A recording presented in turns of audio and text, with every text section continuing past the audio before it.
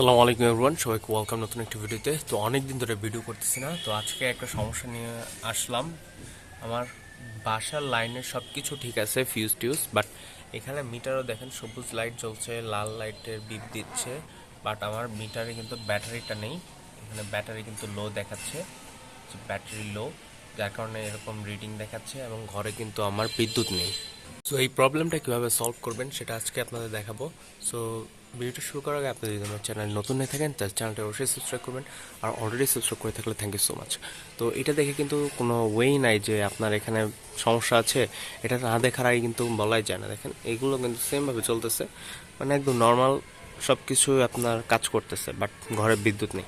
তো এখানে যখন রিডিংটা দেখবেন তখনই বুঝতে পারবেন যে আপনার এখানে মিটারে ব্যাটারিটা নেই। ব্যাটারিটা হলো এখানে একটা বক্স আছে, বক্সটা খুলে এখানে ব্যাটারিটা চেঞ্জ করতে হয়। তো এটা আপনি করতে পারবেন না, কারণ আপনার এখানে লকটা খুললে আপনার এখানে একটা ইলিগাল একটা আপনার উপর অ্যাকুজিশন আসবে, যার কারণে আপনার জরিমানা হতে পারে। আর এজন্য আপনি নিজে নিজে কখনোই চেঞ্জ করবেন না। এটা এটা আপনার পল্লী বিদ্যুতের যে অফিস আছে বা আপনার যে বিদ্যুৎ সংযোগ আপনি গ্রহণ করেন যে কোম্পানির আন্ডারে, সেখানে তাদের মাধ্যমে আপনার এটা পরিবর্তন করতে হবে।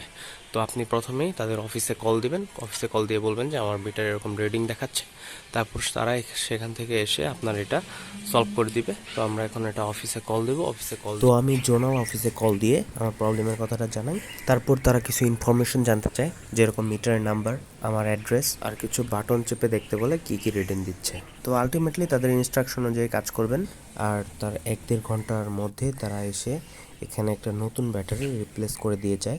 প্রবলেমটা খুব ভালোভাবেই সলভ হয়ে যায়। আর ব্যাটারি ইনস্টলের পর সে বিভিন্ন বাটন চেপে দেখে যে সব কিছু ঠিকমতো কাজ করছে কিনা। সো ধন্যবাদ সবাইকে ভিডিওটা দেখার জন্য, আর এইভাবে আপনারা এই সমস্যাটা সমাধান করতে পারেন। ভিডিওটিকে ভালো লাগলে অবশ্যই লাইক এবং শেয়ার করবেন, আর আমাদের চ্যানেলটিকে অবশ্যই সাবস্ক্রাইব করবেন, যাতে করে এরকম ইম্পর্টেন্ট ভিডিও আপনার মিস না হয়।